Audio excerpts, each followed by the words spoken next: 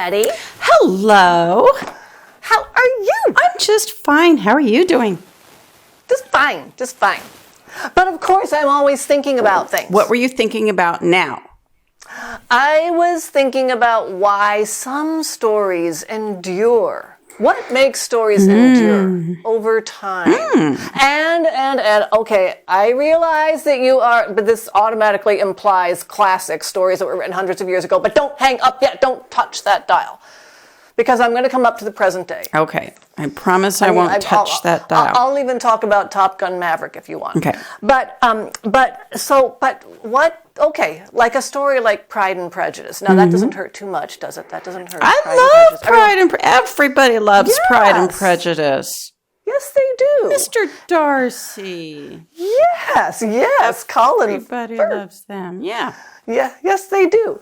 But the answer to that question that I just asked, what makes a story endure, is right there in the title. Very clever title. Pride and Prejudice. Yes, Pride and Prejudice. Because it's a story of the hero's journey. How two people have to struggle to improve themselves. They have to admit to their own flaws and then go and fix themselves. They have to wrestle with moral dilemmas. Yes, they have to face up to reality and adjust accordingly. Yes, they not only have to face up to reality, they have to adjust accordingly. Yes, they have to put it into action. And, well, for instance, we can see it. I mean, like Mr. Darcy gets his, cold ice shower when Lizzie rejects him. And she says, you weren't even a gentleman. And then Lizzie gets her cold water shower when she gets that letter of Mr. Darcy's the next day. And it just knocks all her delusions out about how she had these ideas about Mr. Wickham and she had all this prejudice against Mr. Darcy, probably because Mr. Wickham was real foxy, but she realizes that she was just all wrong. Yeah. And it was because she just wouldn't listen. I mean, there were people who were trying to talk her out of this, and she was kind of stubborn about her own clever. She was, but she was also a little bit starry-eyed about herself. Yes, exactly. She had too high an opinion of her own ability to judge people. Yeah. And so what Jane Austen does is, for the second act of the story, basically, she makes them just go to their corners. Now you sit in that room, and you think about it. And that's what they do. They have to, they separate for a while and they think about it. And then when they're thrown together again by something like chance, that is when they have to, stand on their newfound realizations and see if they can, pass the test. And they do. They do. Mm-hmm. They do. Yes, they do. And with flying colors, too. Yes, they pass with flying colors. On Lizzie sort of taking Mr. Darcy's sister under her wing, and then these other huge tests that come up when idiot Lydia, elopes, and Mr. Darcy actually at this point, Mr. Darcy, what's really being tested here is his feelings for Elizabeth, because he tells her later, look, I did it for you. I only did it for you. But he couldn't have even done it for her had he not already let go of his pride. Yes, true. Yeah. I mean, he couldn't have even acted on his love had he not already, he would have dismissed even his feelings for her if he hadn't really come to terms with his pride and just said, I need to act, anyway. Yeah. So his letting go of his pride allowed him to do this thing for Lizzie. And then Catherine, I guess Lizzie gets kind of a test, or maybe it's, I don't know, maybe it's just something fun thrown in for the reader when Lady Catherine de Bourgh tries to strong arm her into letting go of Mr. Darcy. I actually don't particularly remember it that much. It's a really fun scene, really late in the book, when Lady Catherine de Bourgh actually shows up at the Bennet's house. Okay. And she tries to tell Lizzie that she'd better keep her nails off of Mr. Darcy because he's engaged to her daughter. Okay. And Lizzie is just, she just chills Lady Catherine right back into her carriage, and but that actually it's an opportunity for Eliza to to basically stand on her love and just go quarter. Because previously she had kind of relished the idea of Mr. Darcy being stuck with Lady Catherine the Great's daughter. Yeah, she did. Yeah. Yeah. So, well, she was kind of in a high school kind of frame of mind at that point, I think. Who is? I said she was kind of in a high school frame of mind at that point. Yeah, it was kind of a petty kind of way of thinking. Yeah, yeah. So there's an answer. So there's an example of a story that endures over years and years and centuries because it has this very moving, and throughout that book, throughout that second act, after Mr. Darcy has been rejected by Elizabeth, and Elizabeth has gotten this letter, the reader is sitting there with all this anxiety and all this hope, and oh my God, you two, you just need to sit down and talk to each other. I know. That's true, because there are certain points. It seems like I don't know how many points. I just remember there was definitely more than one point where I was thinking, what are these people going to do? How are they going to get themselves out of this? Yeah, everything's messed up.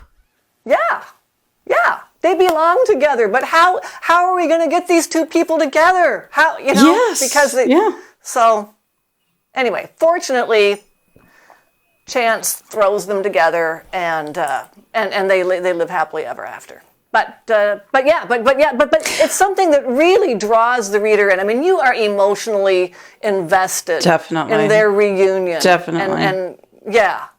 So it's, this is a thing that it's not, this is not some dreary thematic thing, the hero's journey, because, you really do get involved when you have two otherwise very attractive, intriguing, sympathetic characters who just have these flaws that they just have to work through and come towards each other. So it needn't be dreary. No, well, especially if it's well written. Yes, especially if it's well written. Yeah, well especially executed. If Jane Austen wrote it. So yes. So I'm going to skip over 100 other examples and fast forward a bazillion years to another topic you and I have talked about before, namely Disney princesses. Mm-hmm. And we have a similar story in Beauty and the Beast, which also sort of has the title spelled right out right there. There's a beast. Mm-hmm. And there's a beauty. There is a beauty. And this is kind of, we're back to our little Disney princess issue here. Disney princesses are always perfect. Mm-hmm. They don't have to change. Yeah. They may be different from everyone else. Like Ariel wants to be independent, but she's the one who's right. Whereas who's her father? Triton or Neptune? Triton. Triton is all prejudiced. He says, no, humans are fish eaters and you must never go on land. So even though Ariel is different, she's right. She's perfect. That's correct. Yes, that is correct. She does not have to face up to her own failings as a half fish. Yeah. She does make one bad decision in swapping her voice with Ursula. She makes a bad decision, but that's not the same as starting out. Having a flaw. Yeah. Yeah, and she wouldn't have been forced to make that kind of decision if she hadn't, if her father had been a little more open-minded and tolerant. I suppose. But then we wouldn't have had the movie, so. Well, yes, exactly, yeah. So, you could almost say it's not the Little Mermaid, it's Triton. The story's about Triton. And then, so, and another example, okay, let's get back to Belle. She's okay. The town thinks that she's strange and weird because she's so bookish. She's got her nose in a book, but she's right. She's right to reject Gaston. Mm-hmm. Right. Even though the three Bimbettes are crazy over, what a guy, he's so dreamy. Yeah. Yeah. And they all think she's crazy. Even her father, I think, thinks she's crazy. Come on, it's Gaston. And she, no. Yeah. So, that's the thing about Disney princesses. I think they're always right. Yeah, they start out right. She's a beauty. But he's the beast. And in that story, the beast has to change. He does. And it's right there in that beautiful, I just do love that love song that the teapot sings. It's spelled out right there. Somebody bends. Yes. Finding you can change. Learning you were wrong. Those are the words in that song. Bittersweet and strange. Finding you can change. Learning you were wrong. And there's some sort of implication that maybe beauty, I don't know, is part of that learning she was. But I can't blame her for ever having been afraid of the beast to begin with, because all he does is growl and snarl and stomp around, and he locks people up on general principles, and Yes. She wasn't wrong. Really. Yeah. Right. Yeah. So yes, definitely the beast does have the larger character arc there. Yes, he does. And but it's kind of funny because Disney muddled it a little bit. His original problem, I mean, the reason he got cursed to be a beast was that he was selfish and cruel. Yes. Like it showed the widow and the orphan begging alms in the dead of winter, and he slams the door on them. But by the time he's in the beast and he takes Belle, or he's in the castle and he takes Belle prisoner, that's not the issue anymore. No one ever goes to the castle. The issue is that he as the candlestick and the teapot and the little clock tell him, you must control your temper. Yes. That's the issue now. You can't be growling and snorting and stomping around the house the way you do. Yeah. Well, no, Disney muddles it. I think this is the problem when a story is written by committee. So and some of the people on the committee are not writers. Yeah, some of the people on the committee are, well, they have business degrees. They have business degrees. Yes. But he still has to change. I mean, he does. Oh yeah. He has to change. Yes, definitely. But the change he has to make is it's different from the one that started out. That's why I say I just think Disney muddled it a bit. Different from you're saying that it's different from the original story? No, I mean I think that Disney should have kept his like what is his flaw? What needs to change? And first it was that he was selfish. That was why he was turned into a beast. And then it's because he can't control. Now he can't control his temper. Whatever. So it just should have been the same flaw all along. I should know this by heart, but I'm trying to remember exactly in that movie what it was that caused him to be turned into the beast, that caused him to be. No, I remember it showed in these stained glass. Yeah, that was in the beginning. Yeah, that was all. He was vain and he was selfish, and then this prince or this whatever fairy. Yeah. Prince thing. Turned him into a beast, put a curse on him, and said something like, Right. Have only. Right. So that was it. And then after that, being generous and being selfless was not even an issue because no one came to the castle. There was no need to give anything to it. Oh, okay. I see what you mean. Yeah. Once he was sequestered in the castle, then he had a whole other set of personal problems to deal with. Yeah, and actually, at that point, like having a hot temper, that's not really a deep character flaw. That's just a personality thing. Well, it is a personality thing, but it's extremely destructive. It is. But it's not as bad as being fundamentally selfish and cruel, though. I suppose. It's not as bad as turning an orphan and the widow out in the snow. All right.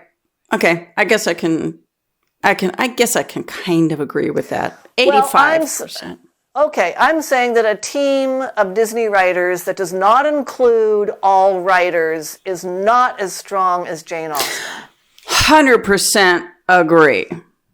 Yeah, but they came close, and it is a story where it just very nicely spells out that hero's journey. Yeah. It's just bittersweet and strange. Finding you can change. Learning somebody bends. Yeah. First they were trying to be friends, then somebody bends. Yeah. Good old Angela Lansbury. Oh, it's just so sweet. It's so sweet. It's perfect. Yeah. So that's what we might be missing, that kind of thing in a lot of stories nowadays. But that is, and I'll just go back, like a few other little stories like that. Oh God, the African Queen. Oh yeah. You know, the African Queen was literally the vehicle of the journey, of the hero's journey. Yes, it was. Yeah, come to think of it, yeah. Yeah. I mean, they had to get this boat from point A to point B and build the torpedoes and toward the potatoes, the torpedoes and ram the Germans. But you know, like she needed to like kind of, you know, loosen her corset strings a little. Or she was going to stay, what he calls her a psalm-singing, skinny old maid. I mean, she was going to stay that way. She was going to get worse. Yeah. And if he stayed the way he was just going to become a horrid old bachelor. I mean, he needed to kind of soften up. Yeah. Yeah. And then I don't know, another one, the Sneetches. The Sneetches. That Dr. Seuss book? So, of The course, you Sneetches. know, that's on the banned list now. Is the Sneetches on the banned list? Yes. It's been banned. I didn't know that one was on the banned list. Yes, it's on the banned list. I'm not exactly sure why. I didn't have the stamina to actually go into it, but I think it has something to do with the R word. R. ACIS. But I mean, what RACES are even in? I mean, like the Sneetches, that is a story about how just because of how you look, I mean, your looks don't determine, I mean, how you're born, your immutable. Yes, immutable characteristics. Do not determine your innate worth. Yeah. And the irony in that story was even the non-star, the starless Sneetches also had bought into it. Yes, they did. They bought into this notion of superiority of star-bellied Sneetches. You know what? Your guess is as good as mine as to why exactly it got banned, but it got banned, and I do have a copy of it, so I'm going to keep it. Yeah, you keep that. Yeah. Gilligan's Pool got banned. Well, anyway, but yeah, Sneetches. Yeah, that's another. Yeah, Sneetches. Yeah. Mm-hmm.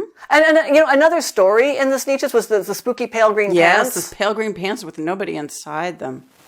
Yeah, but that was another story where the person just had to realize, wait a minute, yes. you know, I was wrong. I mean, just because they're pale green and they scare me a little bit doesn't mean they're evil and they're going to attack me. And it turned out that the pale green pants with nobody inside them just wanted to have a friend. They were just as scared of me as I was scared of them. Yes. Yeah. They just wanted a friend, yeah. So, I mean, and that's another, I just had to stop and realize that I was wrong, and now I've changed, you know. I patted them and I said it was okay, and now, whenever we see each other, we say hi. Yeah, that's such a good story. It is. So just to be totally right up to date with people like Critical Drinker and Nerdrotic and Just Some Guy and all those groovy people that I can't, I'm going to talk about them sometime. We'll talk about Top Gun. Yes. Maverick had to kind of learn to commit to love and commit to himself. He had this thing where he kept on stomping on this girl's heart, and he had to knock that off. And I think also maybe he had to, restore his faith in himself or something. I mean, he had consigned himself to being some lonely guy who just vaguely tests or tinkers with these jets. And so this is where you're going to have to instruct me, because I'm the only person left in the entire country that has not seen either one of those movies. Neither? I've seen pieces of the original. You are a Top Gun virgin? Yes, I am. Oh my God. Well, you really should watch them. Oh, yeah. It's on my list, but I don't know how high that is. No, well, go and see Top Gun Maverick in a theater while you can. I'll probably do that. Hubby wants to do that, so I think that's probably on the list of things that we'll do. Betty Boop is married? Betty Boop is married. Yes, Betty it's Boop has known, like a flesh and blood husband. little known fact. Yes, Ooh, that must be interesting, being a cartoon married to a an actual human. yeah. Okay, I had to resolve a technical issue, but Okay. Regarding batteries. But anyway, no. There's another thing I want to talk about. Now, you also never were a Harry Potterite, were you? No, I read the first book and I saw the first movie. And I was perfectly satisfied with that. I didn't feel like I needed to go on. Oh, like you didn't? You weren't even curious? No. No, not in the least. Like really not in the least. Were you actually left in some way unsatisfied, or you felt like I don't care just about felt these like people? it was a little bit light. I didn't think it was. I just didn't feel that there was a whole lot of depth there. Now I understand that in subsequent novels it got a lot deeper and wider and all that, but It got darker. It got darker, is what I hear. Oh, okay. I just was not interested enough to continue on. Okay, well, I'm not a Potterite either. I got dragged to one movie, which was like number 3 or 4 in the series, Prisoner of Azkaban. Huh, okay. I had no idea what was going on in that movie. I was just sitting there through the whole, and I had not watched any of the previous ones, and I hadn't read any of the books. All I knew was Harry Potter is a wizard, and his little friends are wizards, and they go to, that was all I knew. And that movie does not stand alone at all. I can tell you, I was just utterly bewildered. Okay. And there were a lot of things about that movie that I objected to, but I'll tell you, I on the basis of my experience with that movie and having to I watched a few snippets here and there, and I finally actually sat down and started the book, and I gave up. I maybe a third of the way, 2/3 of the way through. So I gave up when they were on the train. That was where I quit. Are you talking about the first book? Yeah, the first book. Oh, okay. Yeah, and I started looking at, is there anyone else who didn't really like this book? And I started Googling for some negative reviews. And, and I do see, and listen, again, I am not jealous of J.K. Rowling. Fine, I make her $1 billion. It's great. I don't resent her success at all.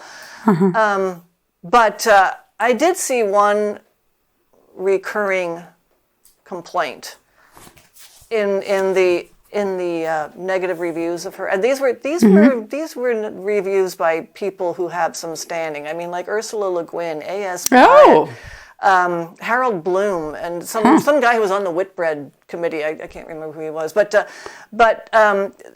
these people consistently said there is no hero's journey in these books. Oh. Harry Potter is a Disney princess. I totally agree. He's perfect. Yes. All he maybe that's why I wasn't particularly interested in it. I just felt like a thing happened, and then another thing happened, and then another thing happened, and then another thing happened. There wasn't any growth, really. Okay. It was just a series of incidents. Okay, that was my complaint also, and that is a famous one which is made over and over. J.K. Rowling's writing is not that good. It's episodic. That's what's called. It's episodic. Exactly. Yeah. And the way I describe, the trouble with episodic fiction is that the narrative structure is something like and then, whereas a proper narrative should be so then. I mean, like one event grows from the previous one, and that causes the next one, But in an episodic one, in an episodic story, it's just one event happens and it's all squared away. And then another event happens and it's all squared away. And then another event happens and it's all squared away. And they have no connection to each other, and there's no overarching... Exactly. Yes, yeah. That's exactly what it was. That's why I never returned. Mm-hmm. Okay, yeah. Okay, episodic. And but also Harry Potter is a Disney princess, and all he has to do, I mean, like he's got his his broom and he's got the best wand ever, and he's got these glass slippers, and he's got fairy princesses. That's what he's got. He talks to his mice. Yes, he talks to his mice. Yes, and he never has to make a difficult decision. He never has any kind of moral confrontation. He never has to discover his principles or and act on them. He never has to do any of that. Yeah. And I read this. And I read this one review that said actually the only character in the entire series who ever does that is this guy named Snape.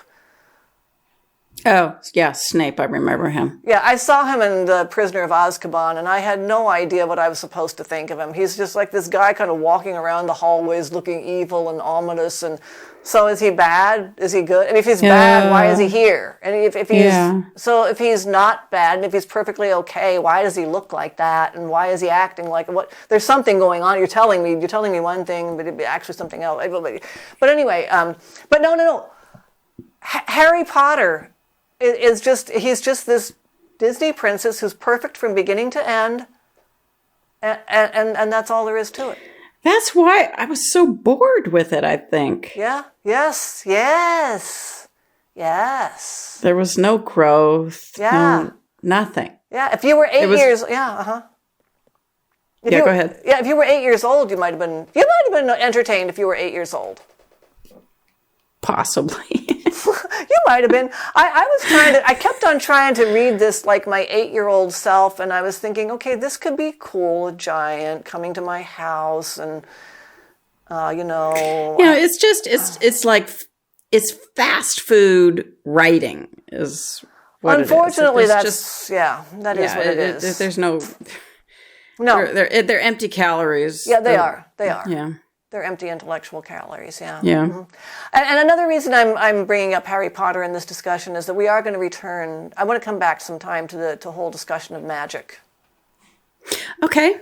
But for now, I don't know, do you have any further remarks on heroes' journeys or moral wrestling or grapplings that you've ever, in literature, movies, or anything? Well, I think that the hero's journey, it's not something that I think. I'm just I would say a casual reader. Mm-hmm. So I don't look for things like the hero's journey. Yes. I don't look for themes and that kind of stuff. But if I read a book, of course the classics are all full of this stuff. But if I read a book and I am engrossed in it, and I'll read it 10 times, mm-hmm. I don't analyze it, but mm-hmm. I know that deep down there's some real truth in there. Mm-hmm, mm-hmm. Something that's just a diamond, a polished diamond of mm-hmm, truth, mm-hmm. and that's what, and that of course that's intellectual. Sustenance. Yes. Yeah. Yes. It makes life richer. Just much. Yes, exactly. Richer. Yes. It makes it mm-hmm. fuller. Yes. And it helps bring other a certain perspective to other situations that you may find yourself in, and it's a I don't know. It's just a way of. You can always, for instance,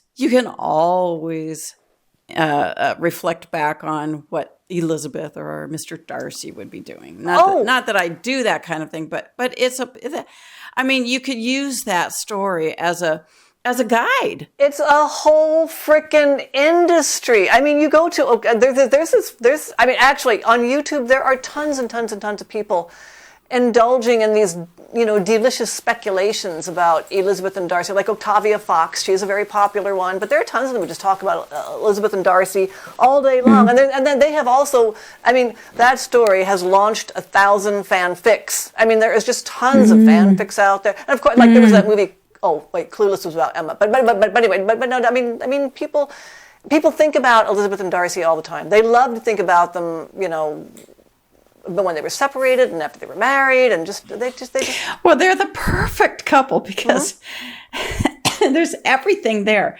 It's got I mean, it's not sex, drugs, and rock and roll, but it's sex and money and romance and this intellectual richness that we've been talking about. There is a little bit of drugs and rock and roll in Lydia. Oh, yeah. Lydia that's and true. Wickham. They're your drugs and rock and roll. Yes, Yeah. yes. Yeah. So, I mean, it just appeals on so many levels. Yes, and you not being an English major cannot articulate these things necessarily, but they work. They work on you. Yes. I don't even try to articulate them. I don't even try to. There's no need. I'm perfectly happy being entranced and enchanted with that story. I'm perfectly happy just being enchanted with it and knowing that there is depth and richness and saturation and also joy. Yes. I mean, the story is it's growth. Yes, no, but I mean, like, you're so satisfied in the end. Yes.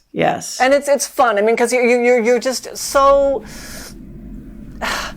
I don't know. You're in this state of you're in this state of despair during the time they're separated. Yes. And then the light just shines in the end. Yeah. Yeah. So.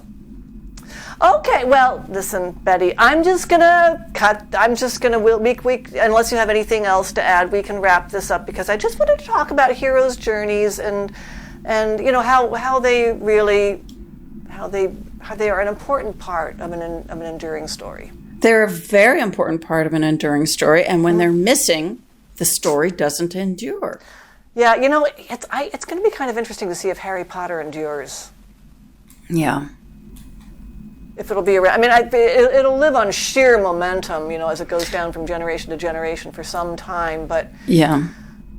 It'll be interesting to see if it really endures as anything more than a just.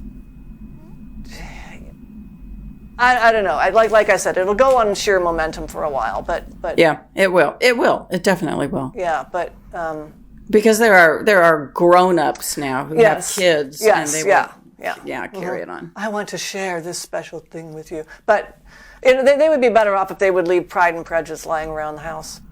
Yeah. So, well, thank you, Betty, very much, and so we'll be talking about other things, I hope, soon.